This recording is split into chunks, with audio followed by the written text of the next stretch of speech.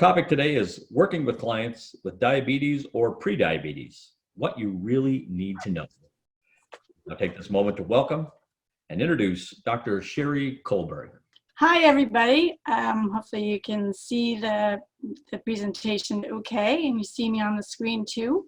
I'm just going to tell you a few things about myself first, and then we'll get going with the presentation. So I actually did spend 22 years teaching exercise science and nutrition at a couple different universities. My primary one was Old Dominion, which is in Norfolk, Virginia. So I am retired from academia a couple years ago, and basically I'm doing educational things otherwise. But I did spend my whole research career basically studying exercise and diabetes, so I do know a little bit about what I am speaking about today. In addition to that, I started pretty early with this. My maternal grandmother had type 2 diabetes, and at one point when I was a preteen, I went to stay with her one summer, and she was on yet another diet. I think it was Weight Watchers, and so I had agreed to help her lose weight, and I told her that she would pay me $1 for every pound that she lost. So in the first week, I had her running laps around her backyard, and I was measuring out her food, and she lost 8 pounds, which is, I was really rich as a kid. But you know, that's not that unusual to have something like that sort of weight loss immediately. But of course, she didn't keep the weight off or lose that much more after that. But it was sort of a beginning for me. She was the only one I knew when I was a kid growing up that had diabetes besides me, and I've had diabetes type 1 since I was 4 years old. So I have over 50 years experience with being an active individual with diabetes. So on that note, I did want to mention also that I was given a national award by the American Diabetes Association in 2016 as the outstanding educator in diabetes. So I do pride myself on trying to spread information around, and I'm happy to take questions at the end and certainly answer any questions on email afterwards if you have any. So let's go ahead and get started. So today we're going to talk specifically about just the basics, what you really need to know to start working with clients who have diabetes or prediabetes. So in Canada, do you have clients that have one of these conditions? The answer is very likely yes, and that is because approximately 1 in 3 Canadians does have either diabetes or prediabetes. You know, we're the neighbors to the south, and our new statistics just came out last week from our Centers for Disease Control and Prevention. And we're as bad or worse than you are, so don't feel too bad. We actually now have 34 million people here in the United States with diabetes, and another 88 million with prediabetes. So you guys only have 12 million. Is not so much, but it is really a health crisis for everyone. And you are likely working with clients that have those conditions, whether you know it or not. So just starting with some real basics, I'm going to assume you don't know anything, and that way you can prove me wrong later. Blood glucose is actually one of 3 simple sugars that can appear in the body after you eat food. And so basically, the primary one that circulates around in the blood is called glucose. And so I tend to refer to it as blood glucose instead of blood sugar because there are other simple sugars. And so to avoid confusion, I'm talking specifically about glucose.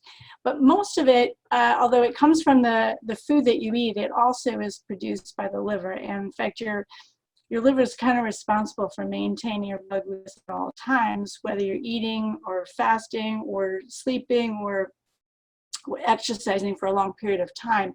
And so it's kind of key to do that. And the reason why glucose matters so much is that it is actually the primary fuel for your brain and your nervous system, which is an extension of your brain, for it to work properly. So people get symptoms that where the brain will stop working quite as well. They have trouble reasoning things out or are doing normal things if they get low blood glucose. And another reason why it's so important for the body to maintain blood glucose at all times is that we have 5 different hormones that have the ability to raise blood glucose. So glucagon kind of opposes the action of insulin at the level of the pancreas. I'll talk more about that.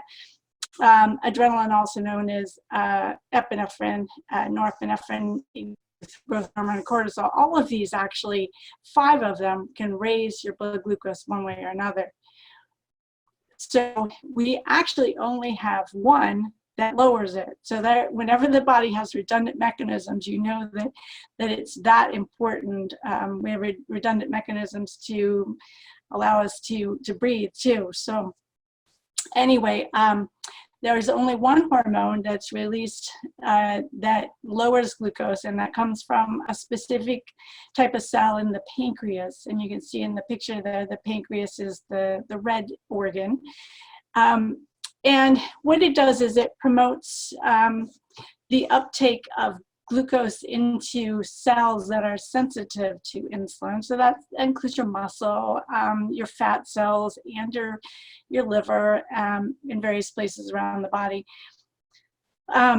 And it also will promote fat uptake and storage, and also proteins. So amino acids are the building blocks of proteins, and that's basically why sometimes athletes will actually use and abuse insulin, even if they don't have diabetes, in hopes that it will cause more amino acid uptake and protein and muscle building.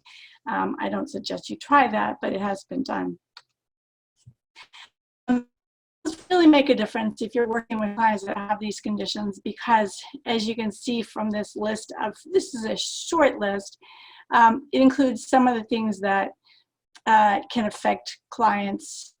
So their overall health may be impacted, whether they can exercise safely with a health complication that's related to it or not. Just physically how they respond may be altered by diabetes or prediabetes, just how they're approaching it from a psychological viewpoint. They have a great likelihood of being injured, and I'll talk more about that. Maybe they're just not as motivated, and the list goes on and on. So I just wanted to give you an idea, though, that there are many different ways that it can affect their physical and mental health. So we basically have, this is oversimplified, but really 4 different types. I'm really going to focus on the first 3. Gestational is when women get diabetes during their pregnancy, that basically usually it's during the second half of their pregnancy, that then usually resolves afterwards. So let me tell you a little bit about these types. So these are pictures of some celebrities that are known to have diabetes. So type that I have is less common. It's only estimated 5 to 10% of cases worldwide. And it is really considered to be the result of a destruction of those specific cells in the pancreas, the beta cells that make insulin, through what is considered an autoimmune, like basically immune system attacking itself. And destroying those cells and destroying their capacity to release insulin. Now, all the other cells in the pancreas, so there are alpha cells, and there are some cells that secrete hormones that allow digestion to occur. Those are not affected. It's just specifically the insulin-making cells. And this is, although the onset of this diabetes, this type of diabetes is more common in youth, it actually can occur at any age. And honestly, most of the people that are living with diabetes are actually adults, because even if you get it as a teenager, you're not a teenager very long, and then soon you're an adult living with type 1 diabetes. But I personally have known people who have gotten it at every age, including in their 30s, 40s, 50s, 60s, and even into their 70s. So it is possible at any age. But basically the bottom line is that these people must replace the insulin that their body doesn't make, or they will actually die. So they can inject it with syringes, they can pump it. So the picture here shows one type of an insulin pump. There is at least one form of inhaled insulin. They are working on oral insulins and other things, but those are really the choices right now. type 2, which is much more common around the world in Canada, basically is really characterized by heightened insulin resistance, meaning that the insulin just doesn't work well. It's kind of like having, if you think of a lock and key kind of mechanism, so maybe the door lock is where the insulin should bind onto the cell, and then the key comes along, which is the insulin, and either the key goes into the door and won't turn, or it just won't fit in the door lock at all. So you're not getting it to work right. So you may have lots of insulin produced and it's just floating around not doing its job and not getting the glucose into the cells and so forth. And this is more common in adulthood for sure, but certainly the incidence is getting higher among younger individuals and teenagers, particularly if they have lifestyles that promote it. And a lot of times it's associated more with having an inactive lifestyle and poor eating and so forth, but it also can be associated with things like exposure to a lot of pollution. A lot of the people from the Vietnam War in the US, when they went to Vietnam, they got exposed to Agent Orange, and they have all mostly developed type 2 diabetes as a result of exposure to pesticides. So a lot of environmental factors that can also contribute, as well as a family history. So these people may or may not need insulin, and that's sort of a key thing. A lot of them don't take insulin, but some of them do. Prediabetes means that people are at really high risk for developing type 2. So they have some insulin resistance, but their bodies still produce enough insulin to overcome that resistance. And so their glucose levels don't go up high enough to be considered diabetes, but they're certainly higher than normal. And most people are likely to progress within 5 to 10 years to full-on type 2 diabetes. So you may have clients who are already monitoring their blood glucose, and what I showed you are a number of pictures of ways it can be done, from just a typical blood glucose monitor where you do a finger stick and you measure it. Sorry, I should have changed the picture so it actually has you guys use millimole per liter instead of milligrams per deciliter. So basically that's about 4.5 in millimoles per liter on that left picture. And then the middle A1C, that shows a home kit, but most physicians can do a simple blood test that measures the average glucose over the last 2 to 3 months, primarily the last 4 weeks or so. It gives an idea of what the average has been, but not the variability. And what's really sort of been trendy now is people using continuous glucose monitors, like the picture on the right shows.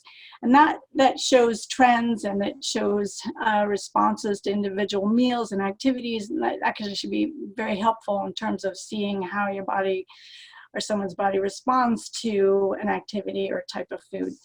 And certainly it's not your responsibility to do the monitoring, but you definitely want to encourage people to do that for motivational reasons, if nothing else. So it really does matter. It comes down to how well people are going to perform when they're doing exercise. For example, for most moderate to intense exercise, carbohydrates are a primary fuel. And if the body doesn't have access to those carbohydrates, the people will either have to exercise less hard or stop entirely. And certainly bonking or hitting the wall happens when people run out of muscle glycogen, which is the stored type of glucose that's in the muscles. And they can develop hypoglycemia, which is low blood glucose, if it drops too much. And all that will have a negative impact on training and performance. And in general, we know that for most activities that are moderate or longer in duration, blood glucose tends to come down over time. That's pretty well documented. It usually requires some insulin in the system. So if people release their own, that would be fine. If people have injected it, that also will facilitate it coming down over time. We know that the muscles directly use blood glucose as one of their fuels during exercise. And the insulin can promote the additional uptake beyond what the muscles would normally take up. And in some cases, people will develop hypoglycemia.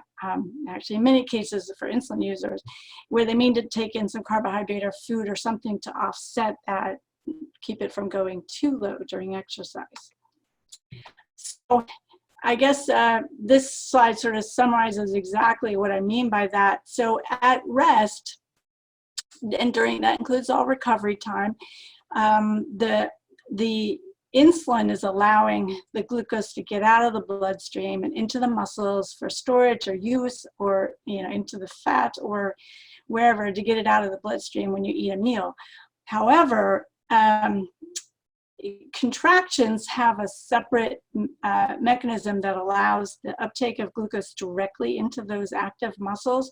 And what that does is it kind of gives you a separate mechanism that's not relying on insulin. And so if people are insulin resistant, even if they're insulin resistant at rest, when they exercise, their muscles are able to take up glucose, which is a really good thing.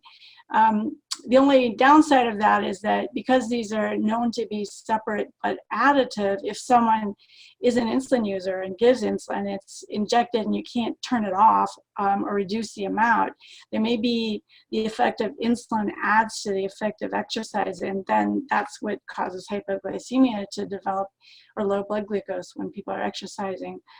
So we only have the one mechanism at rest, but when you have exercise, that itself takes it up, but insulin can contribute more on top of that. Now, some know that with diabetes, and what they see is when they do some training with them, their blood glucose goes up instead of down, and there are a number of reasons why that can happen. Sometimes it occurs because the exercise intensity is high. Now, if you remember those 5 hormones that I mentioned that have the ability to raise blood glucose, the release of some of those in particular is really exaggerated during a hard exercise. So if you're doing heavy weight training or sprinting or high intensity intervals, that sort of training, that actually releases so many of those hormones that the glucose will go up, and then oftentimes the exercise isn't long enough to use that all up.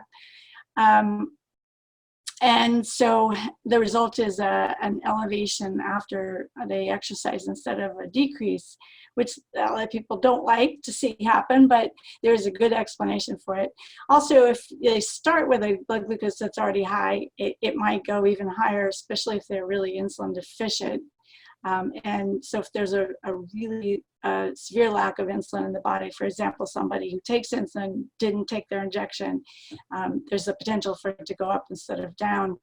And also recently eating food, because the food is not all digested at once, and some of it is digested during exercise, but more so afterwards, and then that it can go up after exercise ends. And I certainly am not planning on going through all the different factors that can impact it, but I just want you to know that there are a number of different things in different categories that impact how someone's blood glucose responds to a given bout of training. And so it's not always so easy to figure it out, because on one day, like today, if you went out and exercised in the cold, it could have a different impact than if you're doing the same exact exercise on a different day when it's warmer. And also, the type of training matters. This sort of ties back in with that exercise intensity, but also adds in duration. So you can see that normally when people are doing something short and intense, their blood glucose tends to go up, as opposed to doing something for a longer period of time, and it tends to go down. When they do something stop and start, like soccer or ice hockey or basketball, you can have sort of a mixed response. And then there, in addition to that, there's the stress of competition that can also add to the release of those glucose raising hormones and make it even harder to figure out sometimes. So having said all that, what would you think is the best type of exercise for somebody with diabetes, or even somebody with pre-diabetes? I'm giving you categories, 4 different categories here to choose from. And if I had to Honestly, the answer is all of them. But if I had to pick one, I would actually pick resistance training. And I'll tell you why that is. So you have a picture here. It's kind of put it in context. What you're looking at is two legs cut through the center with a CT scan. So basically in the middle you see the femur, the thigh bone. Around that is muscle, and then outside of that is the fat that's under the skin. And on the left side, that's sort of normal. On the right side, you see what happens, two things. One is they've got a lot of extra fat stored under the skin, but you'll also see the muscle looks kind of marbled, and that marbling actually has to do with where fat gets put. When you have extra calories coming into the body, even whether it's from carbohydrate, protein, or fat, it doesn't really matter. If it's extra, it's got to go into storage somewhere. And it will store in and around the muscle fibers. Now, when it's stored in the muscle fibers for use as a certain type, it doesn't seem to be a problem. But when it's stored around, it kind of like makes the muscle less dense, and also makes it more insulin resistant. So you actually want to prevent your muscles from getting like that. And you also want to prevent them from getting atrophied, like losing the muscle. And you can do that with physical activity, best of all. So we have a couple things going on. We have a normal loss of certain muscle fibers as we age, particularly the ones that we don't recruit effectively. And it is well known that people with diabetes have an accelerated loss of muscle over time. So again, they're kind of losing that muscle glucose. I always call it a glucose or carbohydrate storage tank, because most of the carbohydrates that people eat go into storage in the muscles. Some of it goes into the liver, but the majority goes into the muscles. And so you want that storage tank to be as big as possible. So you want to increase that muscle mass, or at least maintain it, not lose it. And then you also want it to be partway empty all the time, so that you your body can be more insulin sensitive. The insulin works better when it's got a goal of putting some carbohydrate back into the storage tanks, which it only can do if the tanks are partway empty. So that's where exercise comes in terms of being able to improve insulin action and how well insulin's working. So resistance training, plan on having people do that at least 2 to 3 non-consecutive days per week. There's so many different ways to do it. Not all of them actually are helpful. Another type of training is actually balance training, and why I talk about this specifically when it comes to people with diabetes or prediabetes or aging people is that we all are losing some of our balance ability, and it gets worse with aging. So anybody over the age of 40 or who has some loss of sensation in their feet really should be doing balance training to try to prevent falls. Falls are a huge issue in an aging population, and people with diabetes actually are 17 times more likely to fall than people who don't have diabetes. So it's really important for older individuals with diabetes to be doing this. And you can see I give a list of different things that qualify as balance training, even Tai Chi and Qigong, but it can be as simple as just practicing standing on one leg at a time, holding on, or get to the point where you don't have to hold on, in doing that daily, multiple times a day. And then try to, when they get really good doing it with their eyes open, they should try with their eyes closed, obviously with something nearby to grab onto. And that really can help prevent some falls. So the good news too about resistance training, which I definitely want you to have them do, is that a lot of the lower body and core strength training also doubles as balance training. Obviously, cardio training is important, both for their cardiorespiratory fitness as well as expending calories and helping them maintain their body weight or lose weight. Flexibility training is kind of related to some of those, like yoga. You do some strength moves, some flexibility moves. Again, that also does help with preventing falls and injuries. And in the research that's been done, a lot of the training that seems to work best is actually combined types of programs where people are doing both some cardio and some resistance training, and then obviously you can do the flexibility training easily, adding that in at some point during just a training session, and a few balance exercises. But really, I say the last point here is picking activities that are fun, because that is what really matters to people most of all. If you want to get them to do it and continue to do it, it has to be fun. I also always recommend people do more spa time, and they're like, spa time, ooh, that sounds great, I love that. But what you mean by spa is an acronym for spontaneous physical activities. So that's the movement that people do during the day, all day long, that can supplement any type of training program to have people just be more physically active, taking more steps, doing more active activities in their leisure time and even work. And then I want to mention breaking up sedentary time, because this is a really new area of research. Well, in the last 5 to 10 years, there's been a lot of research on the metabolic effects of just breaking up sedentary time. So when people sit for long periods of time, it actually makes their metabolism not work as well. And most of the studies have shown that even if you get up and do an activity break every 30 minutes or every 60 minutes or 2 to 3 minutes at a time, that can be walking, it can be some kind of calisthenics, stretching, whatever, that it actually makes metabolism work better and keeps blood glucose lower, even in people who don't have diabetes. So it's quite effective. So I do need to talk about why people stop, and behavior and motivation too, because people may know all this stuff, but you just can't get them to do it. So some of the main reasons we know why people are stopped training are a perceived lack of time, like not being able to fit in a gym workout or working out with a trainer or even a walk after work or something. So ways to get around that, help people problem solve and figure out when they can fit it in, even if it's in short amounts of time during the day. People will start out at too high of an intensity that is really demotivating because it's not fun, and it oftentimes leads to exercise-related injuries. And if they get injured, they get sidelined for a while. So these are all things I really want to avoid with this population. We know injuries are actually more common in people with diabetes too, because this is not exactly how it works, but to simplify it, the glucose, which goes high, can stick to the joint surfaces, and it makes them more brittle and more prone to overuse injuries. And so, and to think of that, visualize that glucose going around sticking onto all those joint surfaces.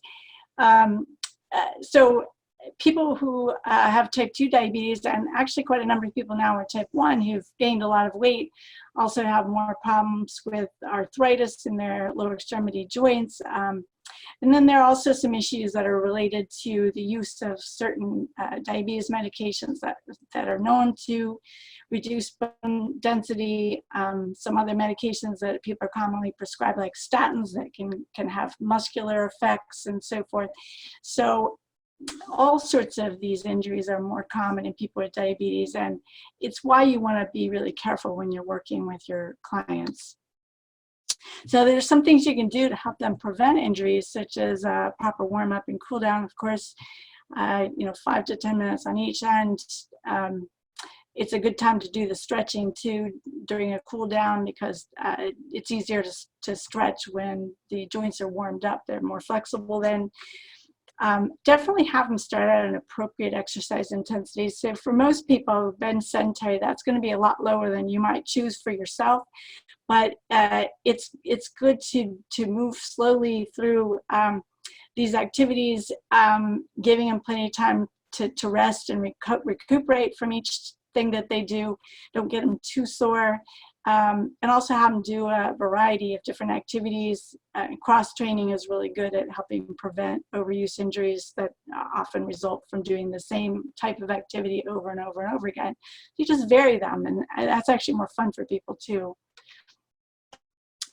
You see some of the other barriers here. The cartoonist, Randy Glassbergen, who's done a number of these cartoons, actually had type 2 diabetes himself. So he says, I see you've doubled your daily amount of daily exercise. Unfortunately, 2 times nothing is still nothing. So the other barriers that are really specific to diabetes, if people use insulin because of that effect where insulin can take up glucose all by itself, they have a greater chance of developing low blood glucose either during or after exercise. And so just the fear of that happening to them often will stop people from being active. You see there's some of the symptoms, sweaty, shaky, grumpy.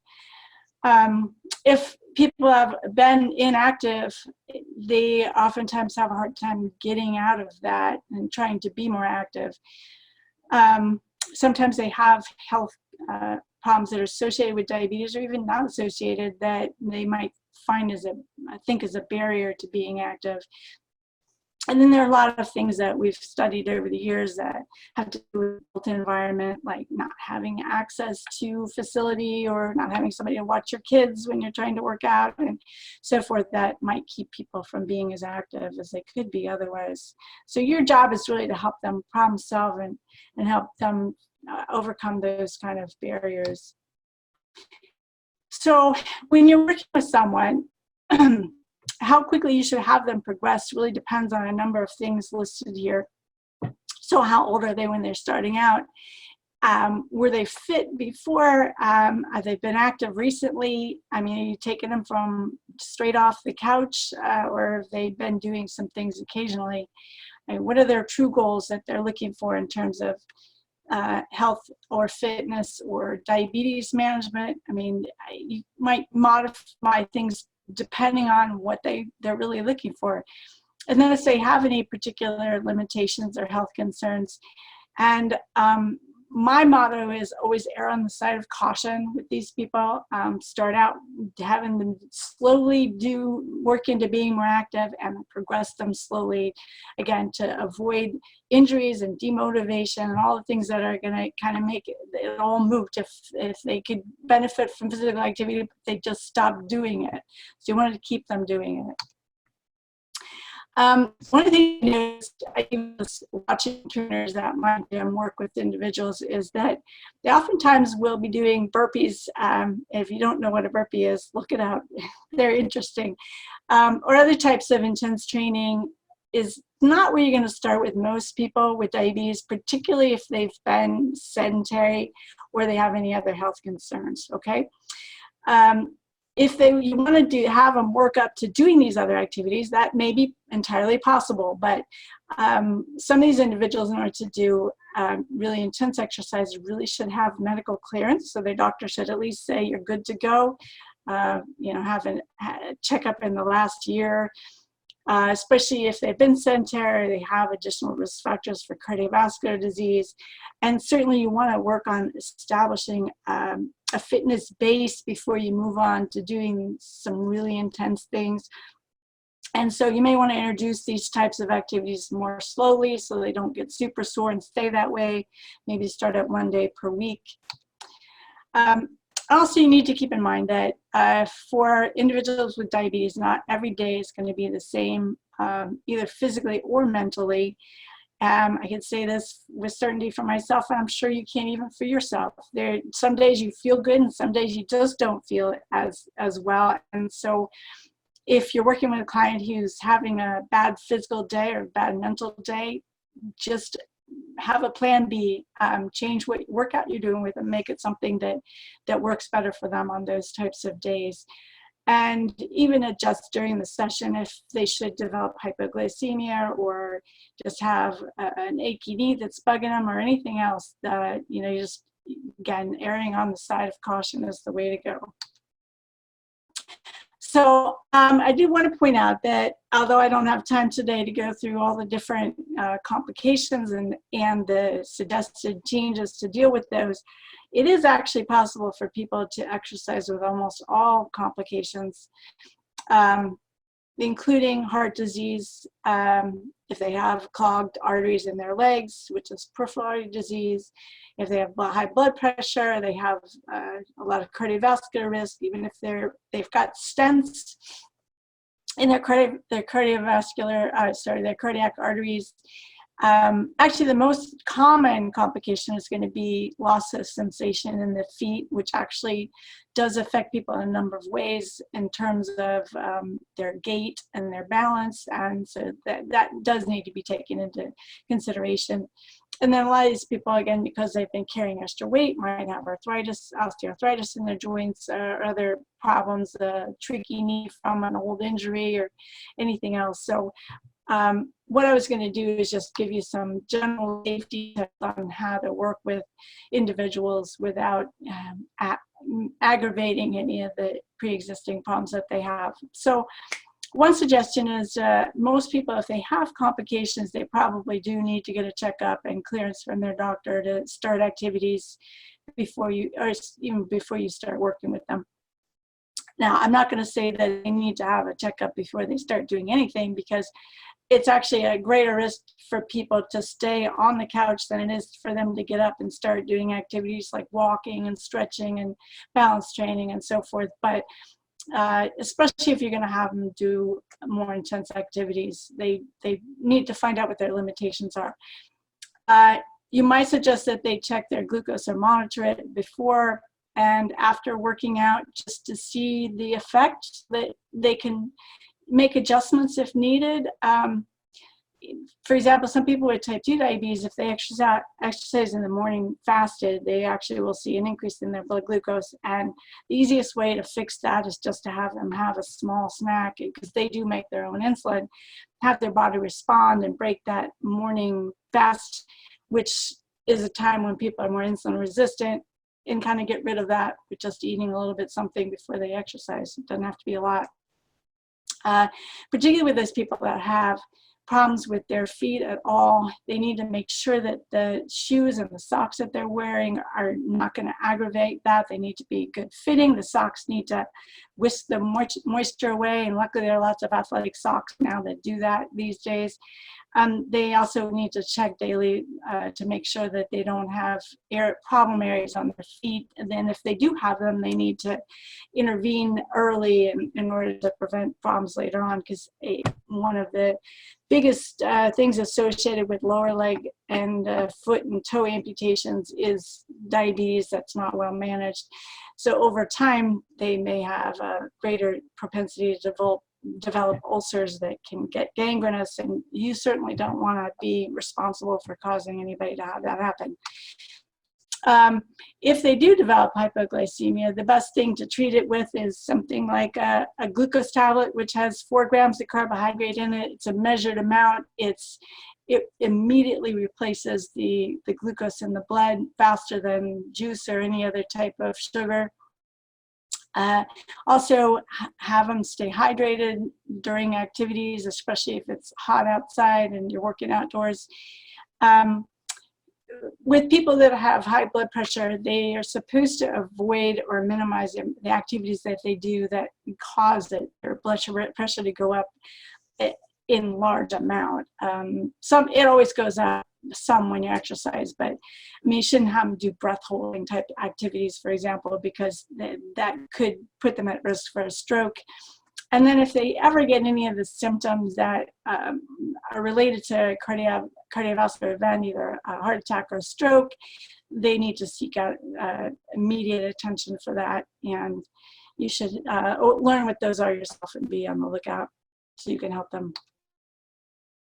So to kind of summarize, what should everybody with, I was going to say with diabetes and prediabetes be doing, but actually it's relevant to everyone. So more aerobic activities on a daily basis, working on resistance training to build and maintain that glucose tank we have in the muscles, working on flexibility in order to help prevent falls and injuries, balance training, especially for anybody over 40 or anybody who has any loss of sensation in their feet, moving more all day long so that more spa time, breaking up sedentary time with some type of activity break every 30 to 60 minutes, and basically just finding some way to be physically active every day, even if it's not a workout with a personal trainer or a gym or anything that would qualify,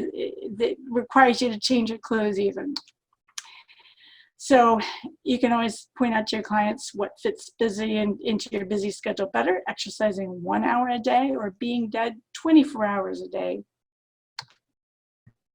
I'm going to also point out some resources that are available for you if you do find yourself working with a lot of clients with diabetes or prediabetes. I did a book for American Diabetes Association recently, a year or two ago, Diabetes and Keeping Fit for Dummies. And it goes through starting out a workout for somebody who's sedentary, and it goes through all the types of activity I've talked about today, but it also talks about the medications in a lot more detail and what sort of impact that can have and how to work around that, and is a really good resource, not only for them, but possibly for you as well.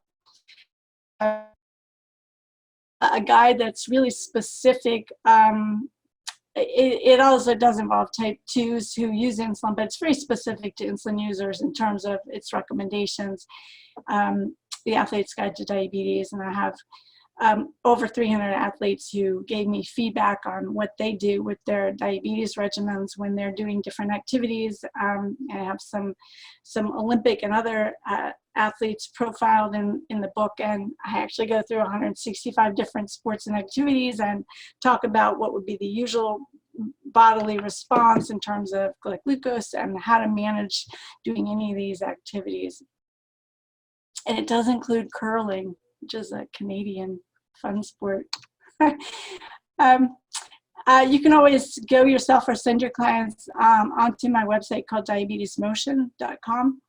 I basically share all the information, a lot of what I've talked about today, and again, give more resources and go a little bit more into insulin use and some other things if you feel like that would be useful to you.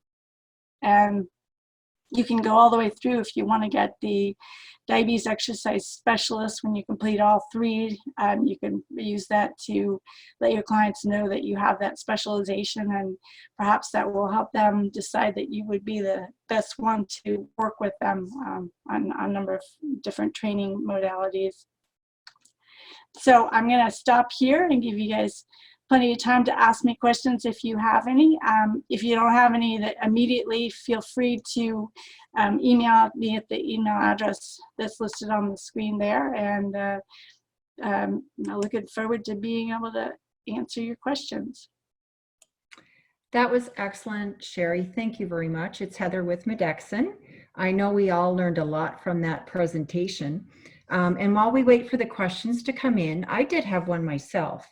Can type 2 diabetes be reversed with lifestyle interventions? So can they actually come off of insulin or be reduced in their insulin? You know, that's a really good question. I know everybody loves to talk about reversing diabetes, and I've seen a number of published books that claim that they can reverse diabetes.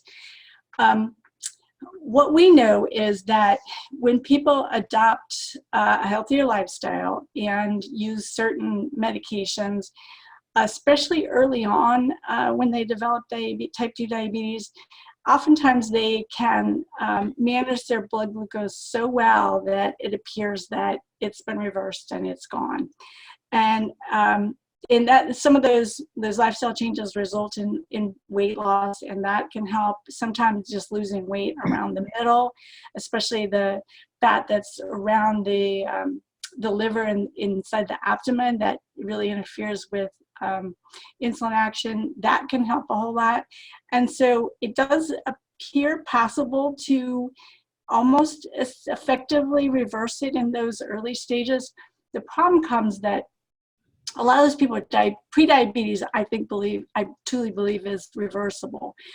When you get to the point where you have full-blown type 2 diabetes and your blood glucose level has risen enough for it to qualify for that category, you've already lost some ability to make insulin. You can no longer make enough to overcome your resistant state.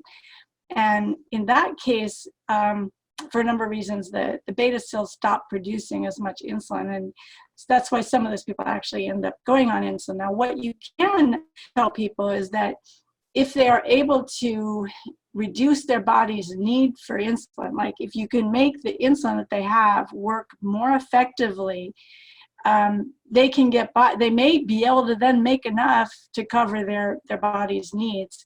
And really, that's the goal with exercise training for people with diabetes of any sort, whether it's type 1 or type 2. You want to make the insulin work as well as possible, whether it's your own insulin or it's insulin that you give yourself. And then you can get by with as little as possible, and especially with the price of insulin nowadays. The United States is crazy. People actually cross the border to go to Canada to buy insulin because it's cheaper, but it's still expensive. And so if you can make your body really sensitive to insulin, you don't have to use very much, or you may not have to use any at all. You may be able to come off of that. There's a weight loss program that I worked with in writing it up for a book with a guy from the Joslin Diabetes Center in Boston, the physician there. And they have a program that's all about losing weight and managing weight. And of course, it involves exercise, and more exercise, as well as dietary changes and others. But a lot of those people, they've actually documented with research studies, and they've shown a majority of them are able to either come off the medications that they're on for type 2 diabetes, or at least reduce the amounts that they take. And so that's a win in my book. Even if you're at the point where you can't completely reverse the symptoms, you can certainly manage it so it isn't a problem in your life anymore. Oh, that's excellent. And so really, I guess the trick is to catch them when they're in that pre-diabetic stage, and really so that they don't progress. Yeah, actually that is true, but you know, I don't want to say all is lost if you don't catch people at that stage. There are a number of people have diabetes that are not aware of having it. I mean, they don't know that they have it, and so I wouldn't say anything like that. It would be unfair to those people to say, well, it's too late by the time you find out. It's not. You can always improve your health with the lifestyle changes that are recommended for managing diabetes. In fact, I did a book over a decade ago where I interviewed people who lived a long time with diabetes, both type 1 and type 2. And a lot of them had the same commonalities in terms of the things that they did with their lifestyle. They improved their diet. They ate more produce and less refined food, and they exercised regularly. And almost all of the things that they did to live long and well with diabetes are things that people should do to live long and well, period. Exactly. Whether they have diabetes or not. And so by improving those lifestyle factors, I think that people can manage a lot of chronic diseases a lot more effectively. And if they can't come off the medications for all of those, they can at least reduce the amount that they would need to manage any of them. Excellent. And as trainers or fitness professionals or allied health professionals, we actually can have a significant impact working with these clients. So I'd like to take this opportunity to thank Dr. Sheri Colberg for a really illuminating presentation. And again, MedeXN, we offer these courses, level 1, 2, and 3. You can take one or you can take all if you wanted to specialize and become a diabetes exercise specialist. And Dr. Sheri's offering this wonderful promotion through us. And you can see the code on the screen. You would just enter it at the checkout. And again, thank you very much. This is the first in a series of webinars that we will be offering in the medical fitness exercise field, so stay tuned. And we will be sending out a link for the replay. I'm so happy the power stayed on. So we were able to get through everything without a problem. And again, thank you for everyone for attending, and thank you, Dr. Colberg. We really appreciate it. All right. Guys, feel free to get in touch. I'm happy to answer questions. Thank you very much. And thank you to everyone for tuning in. Until next time, thanks. Bye-bye.